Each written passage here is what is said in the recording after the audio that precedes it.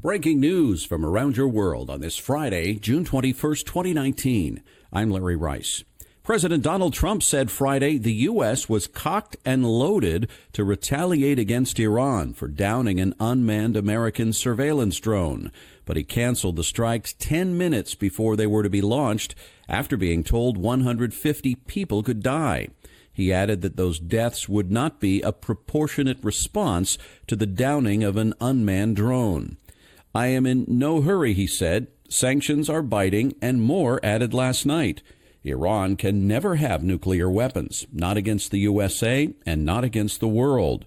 Trump's tweeted statements are the latest indication that he does not want to escalate the U.S. clash with Tehran, though he didn't rule out future strikes. After days of harsh words against the United States, Iran also seemed to be tamping down its rhetoric. The general in charge of the Revolutionary Guard's aerospace division told reporters on Friday that a U.S. spy plane with around 35 crew members was flying close to the unmanned U.S. Navy RQ-4A Global Hawk that was shot down, but that Iran chose not to target the manned aircraft. The United States has asked the United Nations Security Council to meet behind closed doors on Monday to discuss the latest developments with Iran and the recent tanker attacks. Major airlines from around the world on Friday began rerouting their flights to avoid areas around the Strait of Hormuz following Iran's shooting down of a U.S. military surveillance drone there, as America warned commercial airliners could be mistakenly attacked. The Federal Aviation Administration warned of a potential for miscalculation or misidentification in the region after the Iranian surface-to-air missile brought down that Navy drone with a wingspan larger than a Boeing 737 jet and costing more than $100 million. The FAA previously warned of a risk in the region, but Friday's warning threw into stark relief a danger that both the agency and analysts say is real after the shooting down of a Malaysian Airlines flight over Ukraine in 2014. That could further imperil the bottom lines of Gulf long-haul carriers, which have already faced challenges under the Trump administration. Australia's Qantas, British Airways, Dutch carrier KLM, Emirates, Germany's Lufthansa, Malaysia Airlines, and Singapore Airlines said soon afterward that they will avoid the region as well. Iran had no immediate reaction to the U.S. announcement. At least 30 people died on Friday after fire swept through a small factory producing matchsticks in Indonesia's North Sumatra province. Authorities said the blaze broke out midday in the makeshift facility located in a residential area, killing 27 adults and 3 children. A video circulated on social media showed emergency workers inspecting the site and what appeared to be charred bodies in the smoldering ruins. An official with the local disaster agency said the children were probably not workers. Their parents, who lived nearby, brought them to work. Indonesia has a patchy industrial safety record. In 2017, a series of explosions and a fire killed 47 workers and injured dozens at a fireworks factory on the outskirts of Jakarta. Police are investigating the cause of the latest fire. Conservative lawmakers in the United Kingdom voted Thursday to narrow the field of candidates competing to replace British Prime Minister Theresa May. The 2 candidates who will face off are Boris Johnson and Jeremy Hunt. Johnson, who previously served as Foreign Secretary under May, is the favorite to assume May's position and garnered 160 votes out of 313 Conservative lawmakers.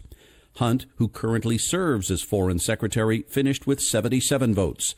The 2 candidates will now be voted on by 160,000 party members across the UK. The winner of the runoff will be announced the week of July 22nd and will be tasked with shepherding the difficult process of removing Britain from the European Union. The U.S. Senate passed 3 resolutions Thursday in an attempt to block President Trump's $8 billion sale of munitions to Saudi Arabia and other Middle Eastern countries. 7 Republicans voted alongside unanimous support from Democrats, but the resolutions failed to gain enough support to override a presidential veto. Trump announced the sales last month, invoking an emergency provision to bypass Congress. But congressional members from both sides of the aisle have taken issue with Trump's workaround. Senator Robert Menendez, a New Jersey Democrat who co-sponsored the bill, said, This vote is a vote for the powers of this institution to be able to continue to have a say on one of the most critical elements of U.S. foreign policy and national security. U.S. stocks wobbled in midday trading Friday on Wall Street as a week-long rally fizzled out. The S&P 500 index is still on pace to notch its third straight weekly gain following 4 straight weekly losses. The Dow Jones Industrial Average also briefly breached the all-time closing high it reached in October. Trading remains muted as investors tap the brakes after pushing the S&P 500 to a record closing high a day earlier, eclipsing a record set April 30th. Energy stocks added to their recent gains as oil prices continue to climb. Technology stocks were among the losers.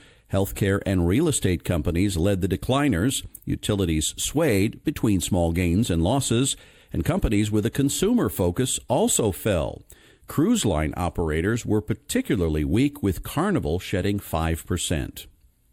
NATO aims to recognize space as a domain of warfare this year, partly to show President Trump that the alliance is relevant and adapting to new threats after he signed off on the creation of a U.S. Space Force. The decision, set to be taken at a December 3rd and 4th Leaders Summit in London that Trump is due to attend, would formally acknowledge that battles can be waged not only on land, in the air, at sea, and on computer networks, but also in space.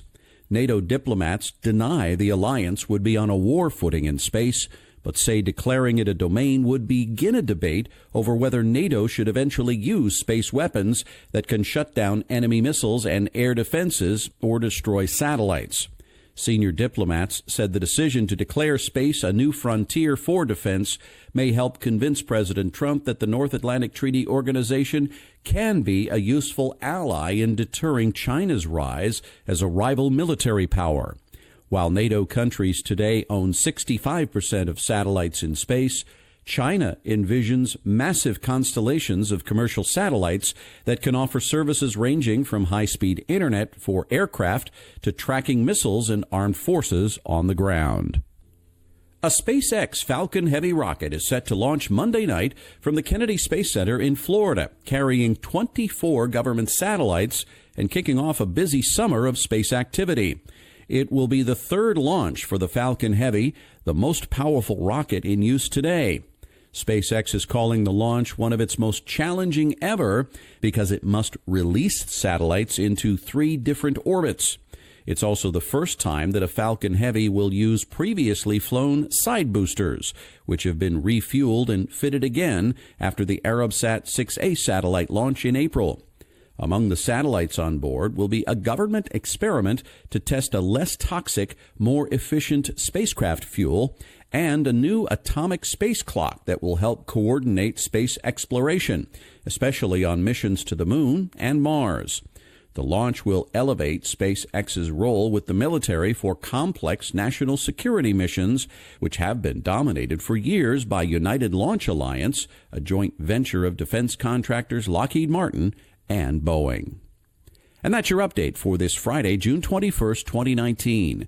I'm Larry Rice. Thanks so much for supporting this podcast with your generous donations and for listening. And I hope you have a wonderful weekend.